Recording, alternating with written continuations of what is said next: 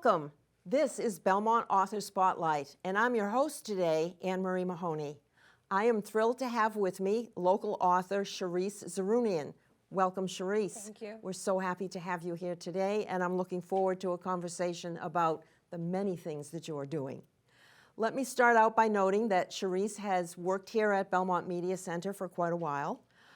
She is a Lesley University graduate with a Master's of Fine Arts in Writing for Stage and Screen.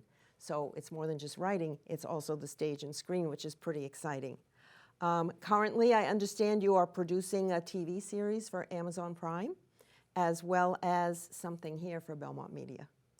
I'm going to give you an opportunity now to just tell us a little bit more about yourself. Yeah, so the first couple things. So yeah, it's true. I do have a show on Amazon Prime, and it's called 1 + 1 = 2.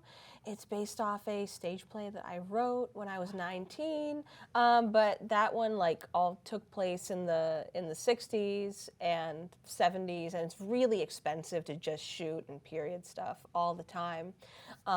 So I had to adapt it for the modern day. Okay. And of course there are flashbacks to the 60s and the 70s with the character's life, and that is about I don't know if I've talked about it on here on different programs or not, but I'll remind people. It's so the original play was about a woman. She's not a real historical figure or anything. I just made her up. Her name is Marielle Morin, and she has a disability, but she starts a group with her. She starts this advocacy group for special education. It's because back then a lot of kids with disabilities couldn't go to school, but she becomes so obsessed with her cause that it ends up, she ends up neglecting her family and starts having falling outs with her friends and all other members of the group and all of that. She kind of alienates people.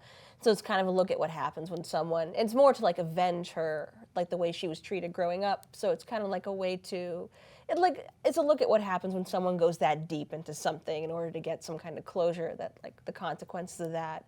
But the modern day version of it, it's basically that whole backstory, but now the character is elderly, and her husband and grown daughter are writing the book about her life, and of course a lot of it goes into the past and goes into a lot of the struggles and triumphs and stuff she's had in her life and all that. And yeah, it's called 1 + 1 = 2. If you look it up on Amazon, you're probably going to have to put my name next to it, because I'm sure there's a lot of things with that title. So yeah, you can check it out there. All right, it sounds really interesting. Yeah. So let me ask you, how do you find your characters? What are your inspiration for your characters? God, I don't know. Some of them are, I feel like every one of them has a little piece of me in them. I mean, I don't think there's one that you can, in this series, you can point to and say, oh yeah, that's her. It's just, there's a lot, every one of them has some piece of me, or my personality or my soul is in one of them. And some of them are based off of people I know, or experiences I've had, but I will change stuff around enough just to make it so hey, is that me in there? So no one can do that, so. Good. Yeah. All right. Okay, that's really interesting. You have a collection of short fiction that was published in 2022 called Floater, and I was able to read some of the stories in there, and I really enjoyed them. Let me read just a little excerpt from a review of that book. It says, with ease and much wit, Sharisse writes about the everyday lives of young people in conflicted states of emotion, making no attempt to commend or to condemn. And that is really what I found when I read the stories. I found the young people so interesting, and I could see my own friends, or I could see my own family members in some of the characters. So you really hit some good points with them. What inspired some of those stories for you? Some of them were inspired by real events or feelings that I had about said things. For example, one of the stories in there called Real People, it's about mainly focuses on a suicide epidemic that hits a very wealthy Rhode Island town. I kind of base that off of I heard that such a thing happened at Newton North about 10 years ago when I was in high school, and I kind of had thought about that a little bit, and like, of course, not really knowing, you know, the stories of the victims or anything, I kind of made my own version of that and the things that can happen in such a town that can lead to kids feeling maybe like anxious or depressed, like a lot of pressure to like achieve certain things, or maybe certain dynamics going on, social dynamics that can be kind of toxic, certain things like within families, within cultures that can cause a lot of those things to build up. And the main character of that one is someone who maybe isn't totally aware of her own prejudices when it comes to those things, and it kind of shows her navigating that as well in the wake of one of these tragedies. So that's one thing. There's like another story in there that I'm thinking of that is called, oh my gosh, what is it? See, now like it's like everything I've ever written is like now just gone blank. Let me think. Oh, like there's one called God's Masterpieces, which is, it's a story about, there's this reporter who goes to this this tattoo parlor owned by this young woman, and he's kind of interviewing her, and it's kind of, he goes in there with the idea he's going to write the typical story of like the girl boss who's like a fearless female leader and all that, but as he talks with her, he gets more intimate details of her life and realizes like the stuff that's going on in her relationship, that's, her partner is not the nicest man. She feels kind of like powerless at home and kind of like, small and abused in her situation. So it's kind of that contrast between how can you be this fearless female leader, like how do you project that image to the world, and it seems like you have everything and you've built this empire, and you go home and you face this patriarchal dynamic that has really trapped you. And I know women like that in my own life who have carved out really successful careers and stuff, and they appear to be this really this force to be reckoned with, and yet at home they may be dealing with a lot of cultural factors and stuff. They're holding them back. Sometimes it is the men in their lives who are kind of keeping them down. Sometimes it's stuff they've internalized in themselves and their own values. So it kind of shows that dichotomy a little bit. So I kind of get it from, a lot of it comes from life, comes from culture, comes from family, and that's why in Floater, not all the characters are Armenian. Some of them are, some are not, but it really, culture does play a huge role in why the characters do what they do and feel what they feel. And I did find your characters to be grounded in some culture, as you say, not necessarily Armenian. There was a variety of cultures, and I think what you've done well is base your characters in a cultural environment, whether it's the geography of, a Providence, Rhode Island, or of small town New Hampshire, or Provincetown, or wherever. Expand a little more about how your own Armenian culture and heritage plays out in some of your writing. Sure. I think it plays out in ways that I think when the characters, the perspective from which they approach certain things, and it's not necessarily, I find that a lot of Armenian literature, whatever's out there, is like mostly just propping up the culture and saying, oh, it's, everything about it is great and it's perfect, but we all know no culture is perfect. American culture certainly isn't. We all have our things. So I think the lens that I want to look at it through is, okay, what are some of the bumps, the things that maybe we don't want to admit are wrong, things that we probably should fix, things that maybe have been holding us back or aren't good for us. And I kind of look at it through that sense, things maybe have to do with mental health, or, the certain views, the certain, like I said before, patriarchal dynamics, and feminism. I like to kind of, some of the stories I think have more of like a feminist point of view, whereas I think more and more, it's great that I see a lot more of Armenian stories coming to embrace that, and we definitely, so I definitely want to show, like I want to have a more nuanced view of a culture instead of something that's just like, everything is great all the time. Well, let's take a more realistic view and see, well, sorry, I just got done having the flu like a week ago, but I can kind of talk. I'm good. I'm not contagious or anything, but my voice is back, so that's good. Yeah, basically an honest look at a culture, and I think, and I get told a lot by people like, oh, you got to be more positive sometimes, like just in life and stuff. Why do you have such like a negative view of things? Like, yeah, I do, but like it's funny sometimes. Yeah, absolutely. And like yes, I it's like to very show, entertaining. I like dark humor, and I think that can really shine a light on, like, hey, you know, how messed up is this thing? Or like, man, I didn't think that this was this, but maybe I should be thinking about it. I think I like to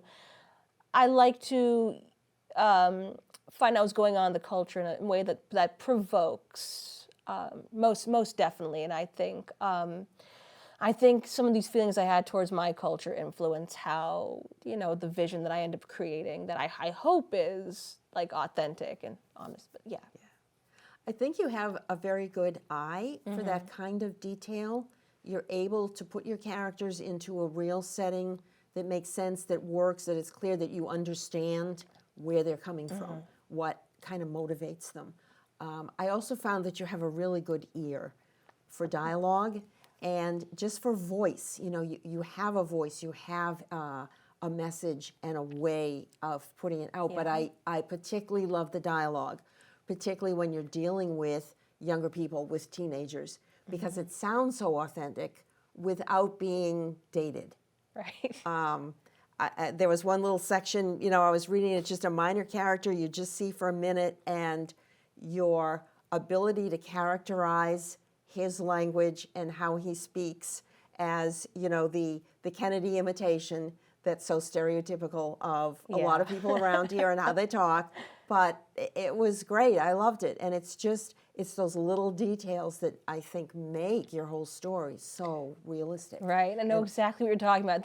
Sounds like a Kennedy imitating a Kennedy. Exactly. Like, yes. Thank you. I couldn't remember. Yes. Yeah, that's from the Real People story. Yeah. And it's, you know, I mean, I am a screenwriter, so it makes sense. I always go dialogue first, and I don't. It's funny because when I was in I just finished my grad program, and we were like in a workshop where we were like ranking what's most important to us, like character, dialogue, like scene, whatever. And I said, well, like I would like rank dialogue as being pretty high, if not the first, because when I start, I usually start with quotes, like random quotes. I just start writing down, then I build the story and the characters on top of it. And one of my classmates who, not like the nicest person, but still felt the need to say something, was like, well, I don't think most people do it that way. I think that's a quirk for just you. I was like, well, all right. So what? If it works, right? Yeah, and it's, if it works. You know, I feel, I could imagine not doing it that way. I mean, I definitely would struggle to do it the other way around. I had, I don't know if you know the writer Michael Connelly. He's yes, absolutely. Yeah, so I just finished watching season 2 of The Lincoln Lawyer. Excellent. So his niece and nephew went to my high school, and he was doing a talk there. Oh, and he like invited people to come talk to him, and we were like sitting in the classroom. And I said to him, I was like 16 or 17, and I said, you know, like I find it really easy to write dialogue, but I really struggle to write everything else. And what do I do? And he said to me, like, well, if you already feel it's easier to write dialogue, like that means you have a special gift, so it's not a problem. And I was like, oh, well, I don't have to worry about that. So exactly, right. And I think Michael Connelly, the books that I've read of his are so good about character and dialogue, which is why they translate so well into movie, video, you know, Netflix, whatever it is. Particularly The Lincoln Lawyer, I really enjoyed that. Like, I have to see that. I haven't seen it. Another snowstorm, binge watch that. I will. You would really, really enjoy it. Do you have, I don't want to say a support group, but do you have other writers around you or people that you feel comfortable sharing ideas with? I do now that I just got out of the MFA program. I mean, I usually had previously kind of just done this on my own or thing. Like, I don't come from like a writerly family at all. Like, I do have one person in my family who's like a journalist writer, but I mean, and I know people who like, I have someone in my family who like, he writes music, but like everybody else is like STEM. So it's like the Monty Python skit with spam, but it's STEM, lovely STEM, wonderful STEM. They're all in like medicine and clinical research and all that. So I didn't grow up with a lot of writers or anything like that. So I was very used to, and I think this is one of the ways that grad school kind of maybe humbled me a little bit in a very well-deserved way, was that I was very used to putting something down and my mom being like, that's great, that's awesome, that's like the best thing ever. You're like, and everybody saying, wow, this is great. And then like when I started hanging out with other writers, I was like, oh man, like my stock just went down. But No, I do now, though, that I'm in the, not out of the MFA program. I now have a bunch of people that I can talk to, and people who, there's like an alumni group at Lesley. It's called Cambridge Common Writers, and they do all kinds of events and stuff, and you got to keep each other updated on your progress and what you're doing and stuff, so everybody knows what everybody's doing, and they can talk to each other. And those who are still in the program, they host these like monthly Zooms, and alums can come in and stuff. So we all, now there's a community for me, so I'm not like such a loner anymore. So yeah, that sounds good. That's excellent. Tell us a little more about the Amazon Prime series, how that came about, what's your focus, how do you find doing something like that versus just writing? Sure. It's like everything that I do is, so, like I said, dialogue, screenwriting, that's like my main thing. I'd say I'm even more into film than I am into like just doing fiction and stuff. I find it easier. That's what I gravitate to. And plays now, theater plays, I'm doing more of it than I used to. But the Amazon Prime series, I got to clarify, they didn't buy the series or anything like that. It's all that people do is, it's the same way people self-publish on Amazon. You got to like create an account and then submit your stuff on there, and they decide whether or not it's worthy of being on their site. And like I've submitted stuff there that they haven't taken, so I know it's like real folks So it is watching selective. it. It's not like a robot, just like, yeah, you can be on there. But it's, we have 3 episodes out. We're making the 4th. I made the first 2 with another company in Rockland, Hop Top Films. Shout out to them, they do a great job. Sadly, I could no longer afford them at one point, but thankfully I worked here at the time. I haven't worked here since 2022. Sadly, but I'm still friends with everybody here. That's why I'm here, and I still use their equipment to film the show. So thankfully, with the generosity of Belmont Media Center and the folks here come on my sets and they help me out. And yeah, it's kind of like a team effort. And so I always put like produced by Belmont Media Center now in every episode. Perfect. And like there's another project that I'm filming too. It's the screenplay. Was part of my thesis for grad school. It's a completely separate thing, but I'm also starting to film it with Belmont Media Center's equipment too. So. Okay.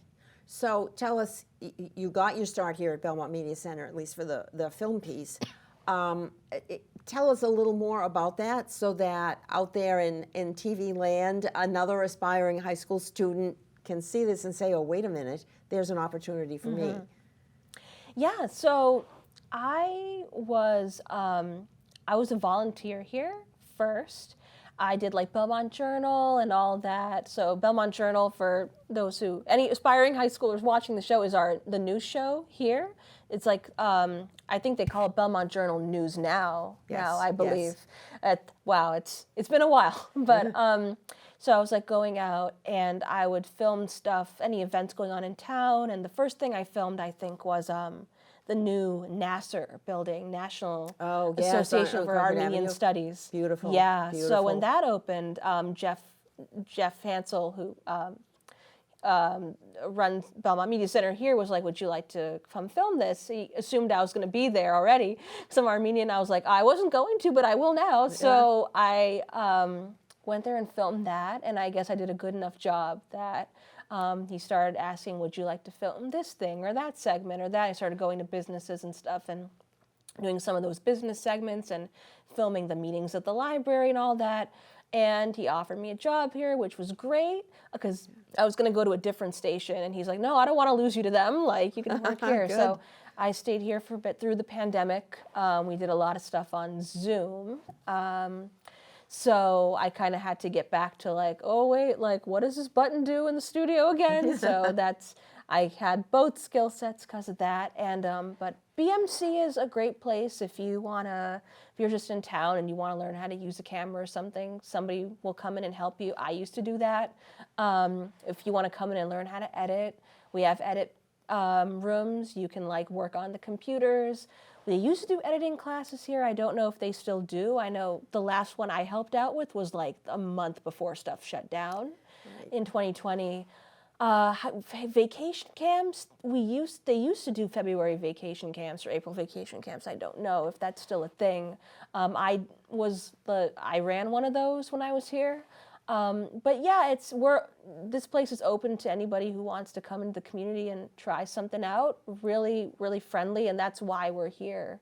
So we welcome a community people. resource. Yeah, Absolutely. I don't know why I keep saying we, though I don't work here anymore, but I feel like I'm still part of the family. Yes, we welcome you. I welcome you. Everybody does. Yeah, absolutely. But, yeah. What's next for you, or where do you see yourself in 5 years, 10 years? What are some of your goals? I find myself hopefully maybe not having a day job anymore would be really, really nice. Just do the writing and films. I know it's not going to happen. I am currently, now that I have the master's in job interview. I can't say the word on the air, but I'm in that circle of place, special place right now. Okay, good. Trying to find just work that's kind of relevant to what I do. I do a lot of teaching.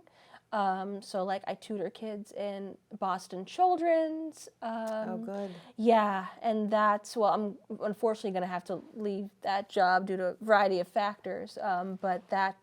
So I'm looking for more stuff, and I also teach language arts at a different place. It's like an enrichment place, like an after-school place where you go to learn language arts and math. Looking for something certainly that's more steady. Hopefully, I would like to definitely make more films. I'd like to finish this, filming this thesis screenplay of mine. That's definitely a passion project for me. It's a dark comedy about my own personal mental and physical health journey. It's a long, crazy, and very raw story, but I'll be filming that. I definitely want to finish 1+1=2 series. Okay. I had slated it for 10 episodes before the pandemic, and after the pandemic, I'm like, I'm just going to cut it down to 8. It was a much more elaborate. I had like 10 episodes written, but I had so many changes I had to make since the pandemic happened, and certain child actors age out. That happened, so I have to recast a lot of people, and it's, but I definitely want to get that done. Definitely write more fiction, more poetry. I have another fiction piece coming out soon in Leslie's magazine. It's called, they have a magazine called Common Thought, and I have another fiction piece coming out in that, hopefully soon. And yeah, just kind of keep doing the same stuff, but like for better money and more. Sure. I'd like to teach at a college someday. I'm applying for that, so that'd be nice. Good. Well, hopefully somebody's going to see this and make you a job offer. You never know. If you ever relax, it doesn't sound like you do. No, I can't relax. But if you just kind of sit back every once in a while, like what do you enjoy reading or what do you enjoy watching? Man, I kind of enjoy, now I think I'm making an effort to read more, like just random stuff. Like when I'm perusing literary magazines to like see where to submit, I'll like see what's already there. And I'll read some like no-name random authors. I'm like, wow, that's pretty good. I'll read their stuff. I've got to finish. I have a bunch of books that I should finish. I started reading Anna Karenina. I didn't finish it.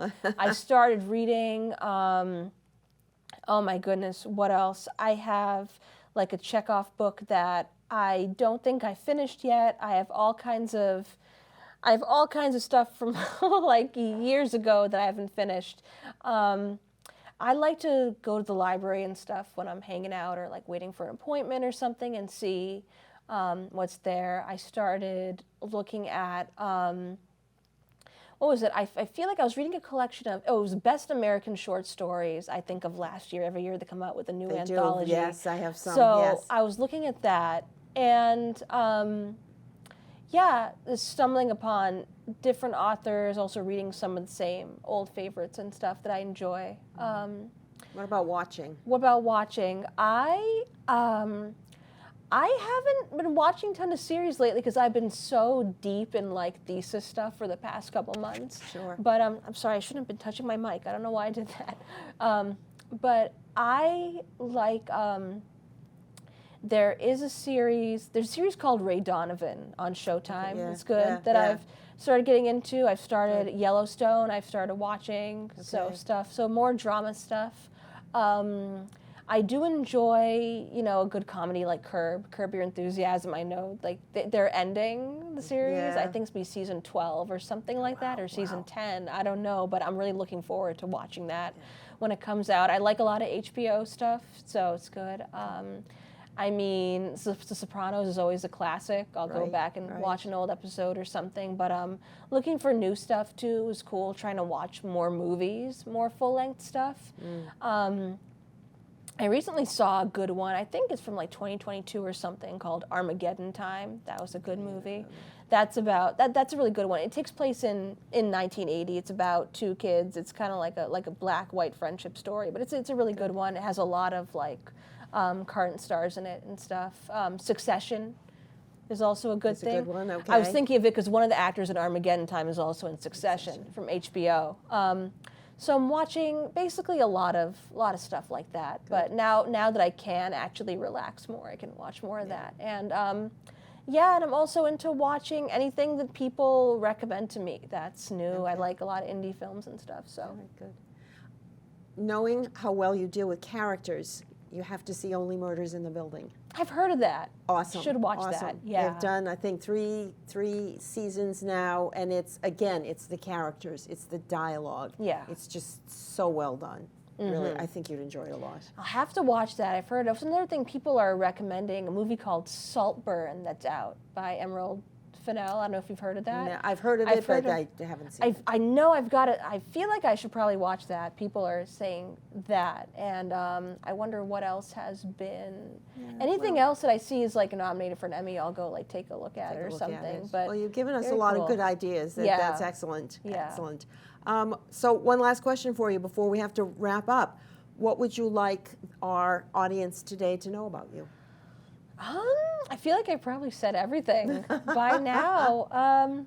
Okay. Yeah, just that if there's somebody who's in a position to like hire me for something, like yes, please do. 1-800. If you have any screenwriting contacts, any like college, like teaching, anything, no. But seriously, I don't know.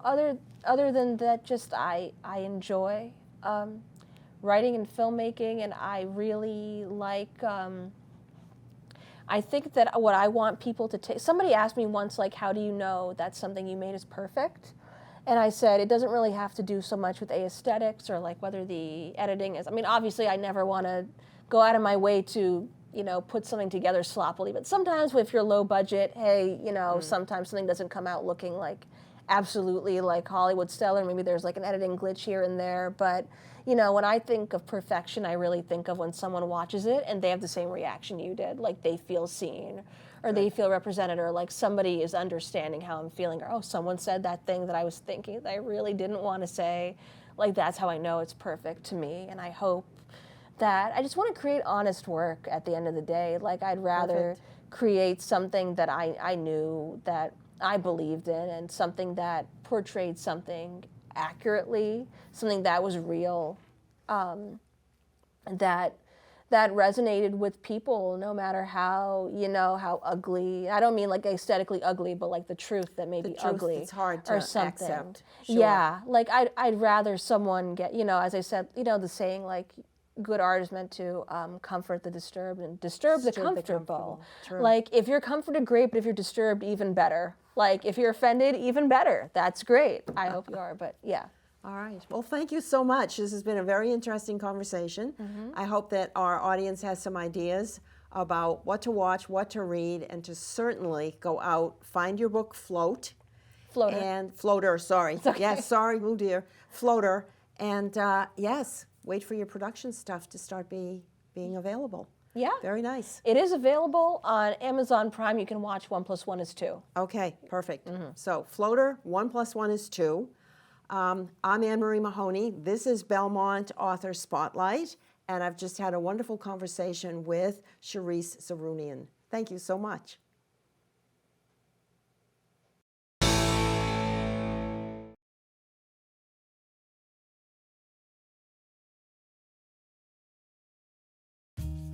Major funding for the Belmont Media Center is paid by franchise fees from Comcast, Verizon, provided through the town of Belmont. Additional support is provided by our business and community sponsors, including Russian School of Mathematics, Anne Mann, Monderer Design, Tamsin Kaplan, Alden Lock and Security, Nursing on Demand, Trinkdish and Craft Beer Cellar, and by Bethel Temple Center,